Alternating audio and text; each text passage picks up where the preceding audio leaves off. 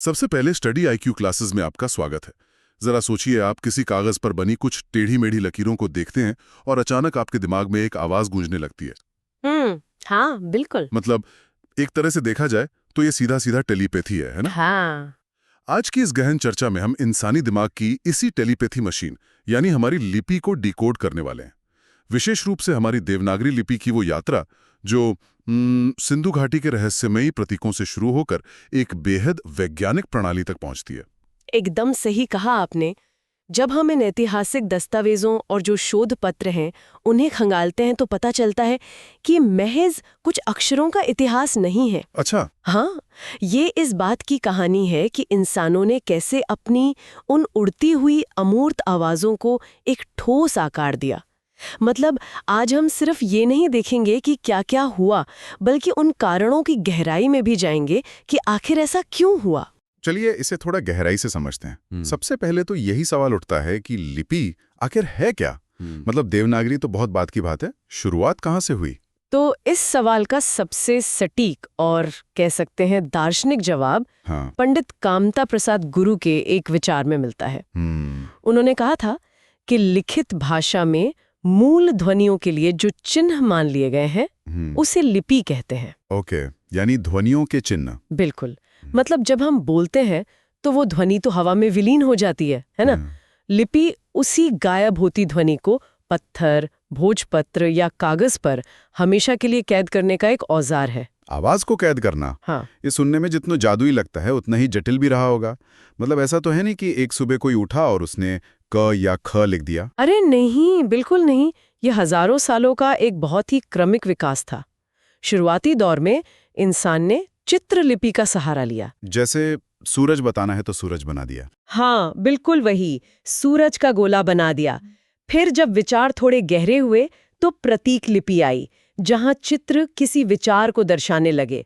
उसके बाद भावलिपि आई और सबसे अंत में जाकर इंसान ने ध्वनि लिपि का आविष्कार किया। ध्वनि लिपि यानी जहां कोई चिन्ह किसी वस्तु का नहीं बल्कि गले से निकलने वाली एक खास आवाज का प्रतीक बन गया। तो अगर आज के संदर्भ में देखूं तो जब हम खुश होते हैं और मैसेज में एक मुस्कुराता हुआ पीला चेहरा यानी इमोजी भेज देते हैं, तो क्या हम अनजाने में वापस उसी प्राचीन चित्रलिपि का इस्तेमाल कर रहे हैं?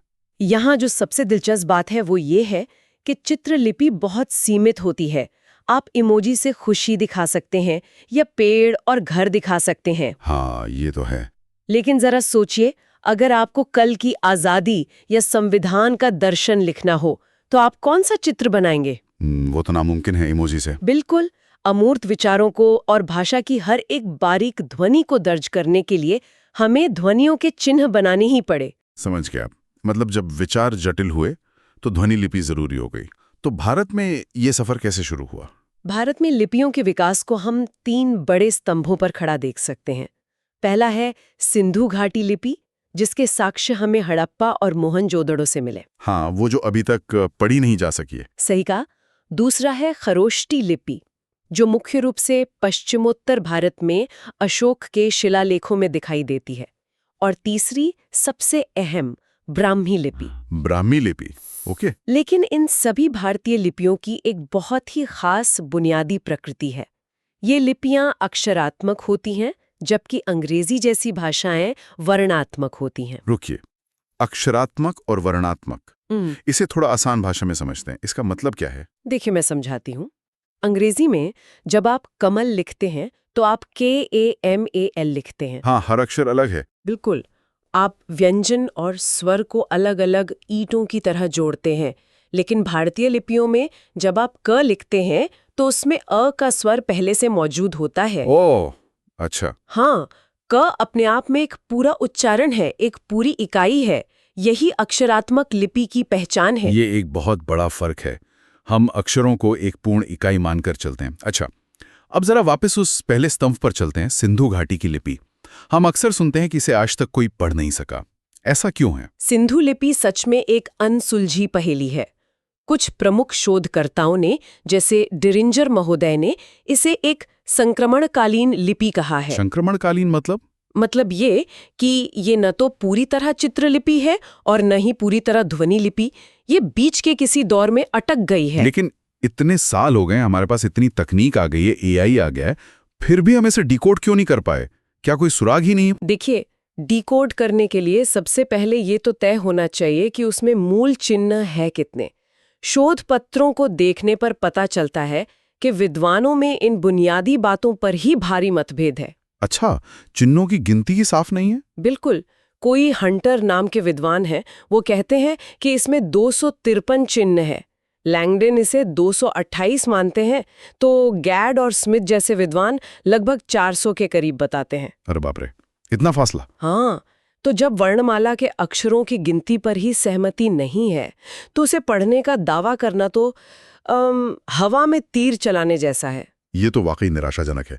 तो क्या सिंधु लिपि का सफर वहीं खत्म हो गया? जो दूसरा स्तंभ आपने बताया, खरोष्ठी, क्या उसका सिंधु लिपि से कोई सीधा रिश्ता था? नहीं, कोई सीधा रिश्ता नहीं दिखता। और खरोष्ठी की अपनी अलग ही कहानी है। इसकी सबसे बड़ी खासियत ये थी कि ये देवनागरी की तरह बाएं से दाएं नहीं, बल्कि दाएं से बाएं लिखी जाती थी। जैसे उर्दू या अरबी लिखी जाती है? बिल्कुल वैसे। इसमें कुल 37 वर्णों का जिक्र मिलता है, जिनमें 5 स्वर और 11 मुख्य व्यंजन थे। लेकिन खरोष्ठी में एक बहुत बड़ी खामी थी। वो क्या? इसमें संयुक्ताक्षरों का पूरी तरह से अभाव था। संयुक्ताक्षर यानी आधे अक्षर? हाँ, आधे और जुड़े हुए अक्षर। अब सोचिए, अगर आपको खरोष्ठी में सत्य या प्रयास या कर्म लिखना हो, तो आप कैसे लिखेंगे? बिना आधे अक्षर के? आपके पास आधा त या प्र बनाने का कोई तरीका ही नहीं है। आपको पूरा स त य लिखना पड़ेगा। ये भाषा के उच्चारण और लेखन के बीच एक बहुत बड़ी खाई थी। ओह, मतलब जो हम बोल रहे हैं उसे ठीक ठीक लिख नहीं पा रहे हैं। और वैसे भी ये नाम थोड़ा अजीब नहीं है, खरोष्ठी? इसका मतलब क्या होता है? इसके नाम को लेकर बड़ी मजेदार बहसें हैं। एक सिद्धांत यह है कि इसे किसी खरोष्ठ नाम के व्यक्ति ने बनाया था। अच्छा, व्यक्ति के नाम पर? हाँ, एक और मत कहता है कि ये डॉक्टर सुनीति चटर्जी के अनुसार किसी विदेशी हिब्रू या आरामाइक शब्द से निकला है। लेकिन सबसे दिलचस्प और अजीब सिद्धांत डॉक्टर राजबली पांडे का है। वो क्या कहते हैं? वो कहते हैं कि इसके अक्षरों का आकार गधे के होंठ जैसा था। खर यानी गधा और ओष्ठ यानी होंठ, इसलिए इसे खरोष्ठी कहा गया। गधे के होठ? अरे मतलब क्या सच में इतिहासकार किसी लिपि का नाम गधे के होठ पर कैसे रख सकते हैं? यही तो बात है। यह सुनकर तो ऐसा लगता है जैसे जब हमारे पास ठोस तथ्य नहीं होते तो हम बस अंदाजे लगाने लगते हैं। हाँ, ये इतिहास के अध्ययन की एक वास्तविकता है। हमारे पास जो साक्ष्य हैं वो बहुत टूटे फूटे हैं, तो विद्वान उपलब्ध आकारों और शब्दों की समानता देखकर तर्क गढ़ते हैं। समझ गया। लेकिन खरोष्ठी लिपि का चलन समय के साथ खत्म हो गया, और इसका सबसे बड़ा कारण शायद यही था कि ये भारतीय भाषाओं की जटिल ध्वनियों जैसे संयुक्ताक्षरों को संभाल नहीं पाए। तो सिंधु लिपि हम पढ़ नहीं पाए और खरोष्ठी अपनी कमियों के कारण टिक नहीं पाई। यहीं से शायद हमारे तीसरे स्तंभ की अहमियत समझ में आती है, ब्राह्मी लिपि। क्या यही वो लिपि है जिसने देवनागरी को जन्म दिया? बिल्कुल। ब्राह्मी लिपि एक तरह से पूरे भारत की लिपियों की जननी है। लेकिन ये ब्राह्मी खुद कहाँ से आई, इस पर एक जबरदस्त महाविमर्श चला है। शोध सामग्रियों में इस पर 2 बहुत स्पष्ट गुट दिखाई देते हैं। एक मिनट, मैं अंदाजा लगा सकता हूं। एक गुट कहेगा कि ये भारत की ही देन है और दूसरा कहेगा कि हमने इसे बाहर से सीखा है। एकदम सही पकड़े हैं आप। जो भारतीय मत है उसमें भी कई अलग अलग दावे हैं। कुछ विद्वान मानते हैं कि ये द्रविड़ सभ्यता की देन है। अच्छा। जगमोहन वर्मा जैसे कुछ विद्वान कहते हैं कि ये वैदिक काल की चित्रलिपियों से निकली हैं। और डॉक्टर भोलानाथ तिवारी का दावा है कि ब्रह्मी सीधे हड़प्पा की सिंधु लिपि का ही विकसित रूप है। और विदेशी मत? जाहिर है भारत का उस समय मध्य पूर्व और यूनान के साथ बहुत व्यापार होता था, तो क्या बाहरी लिपियों का प्रभाव पड़ा? यही विदेशी मत का मुख्य तर्क है। जेम्स प्रिंसेप जैसे कुछ पश्चिमी विद्वानों का मानना है कि ये यूनानी लिपि से आई। डॉक्टर बूलर इसे उत्तरी सामी लिपि से प्रेरित मानते हैं। उनका तर्क है कि व्यापार के जरिए जो लिपियां भारत आईं, उन्हीं को आधार बनाकर ब्राह्मी का निर्माण हुआ। माना जाता है कि डॉक्टर बूलर के अनुसार प्राचीन ब्राह्मी में करीब 41 अक्षर हुआ करते थे। यहाँ बात सच में बहुत दिलचस्प हो जाती है। एक तरफ स्वदेशी उद्भव का दावा है, दूसरी तरफ विदेशी प्रेरणा का। लेकिन सच कहूं तो क्या इस बात से कोई खास फर्क पड़ता है कि उसका मूल बीज कहां से आया? मुझे लगता है कि ज्यादा अहम वो यात्रा है कि कैसे उस बीज से देवनागरी जैसा विशाल पेड़ बन गया। यही सबसे सटीक नजरिया है। बीज कहीं का भी हो, उसे भारतीय भाषा विज्ञान की जमीन पर बोया गया और वहीं उसका विकास हुआ। अगर हम ब्राह्मी से देवनागरी तक के सफर को देखें तो यह कई सदियों में फैला है। ये सफर कैसा रहा?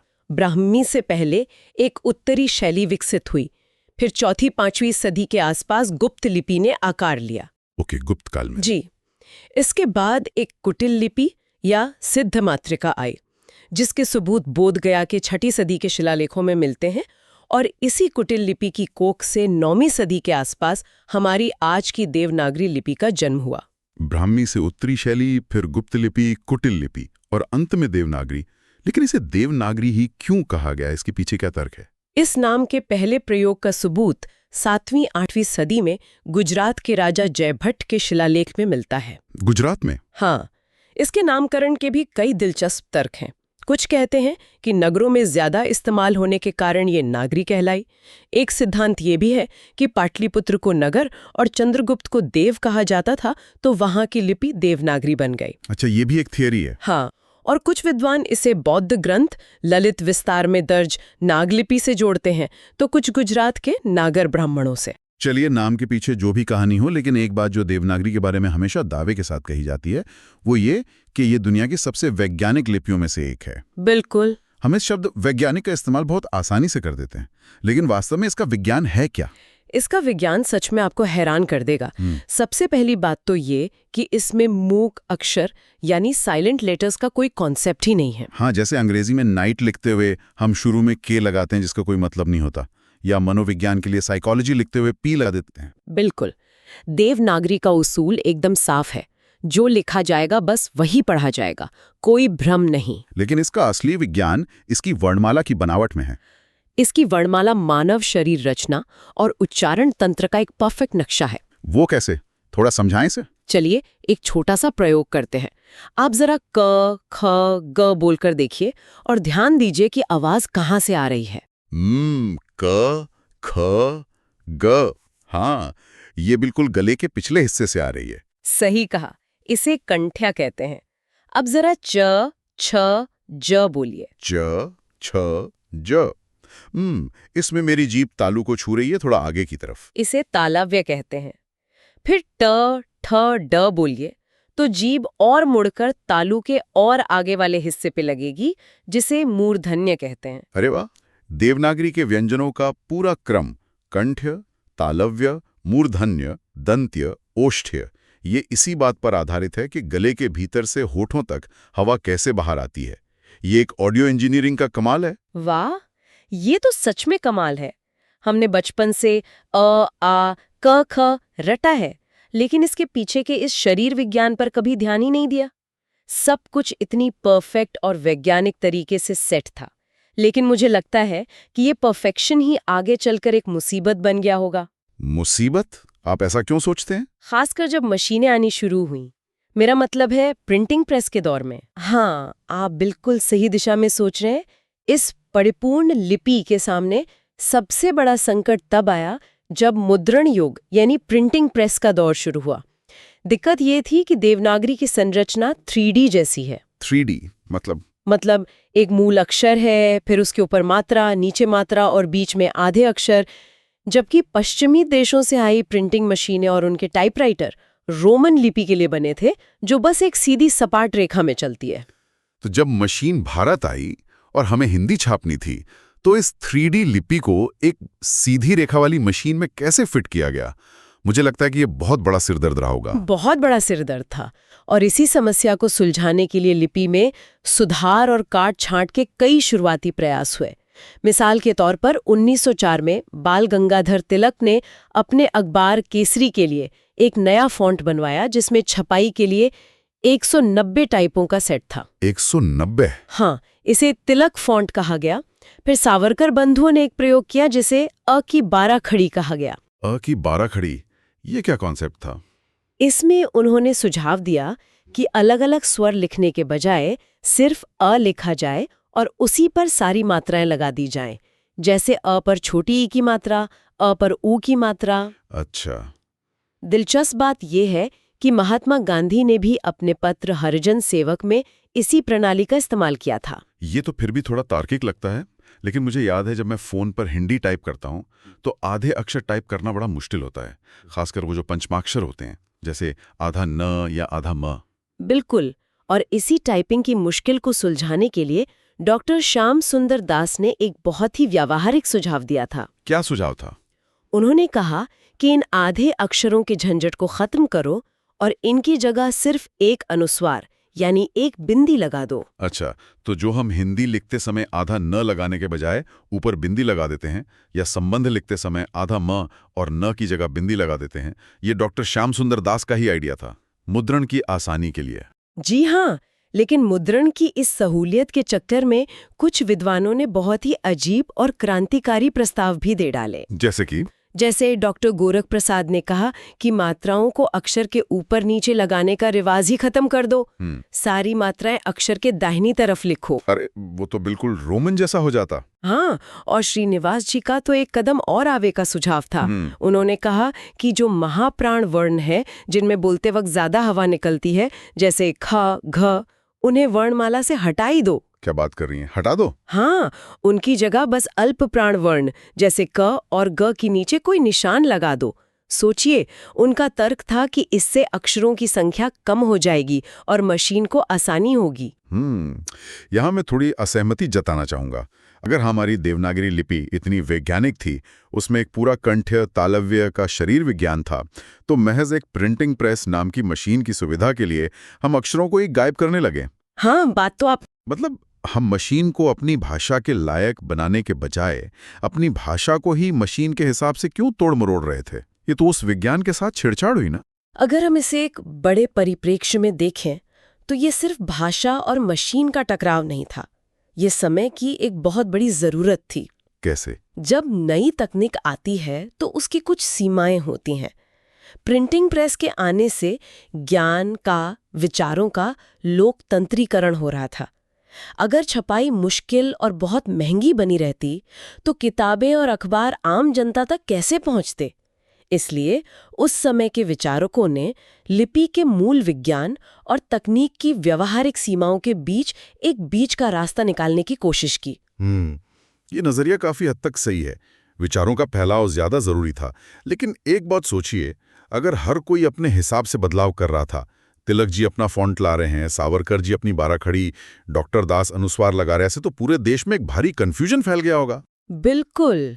हर अखबार की हिंदी अलग दिखने लगी होगी। अब भी कुछ यही हुआ।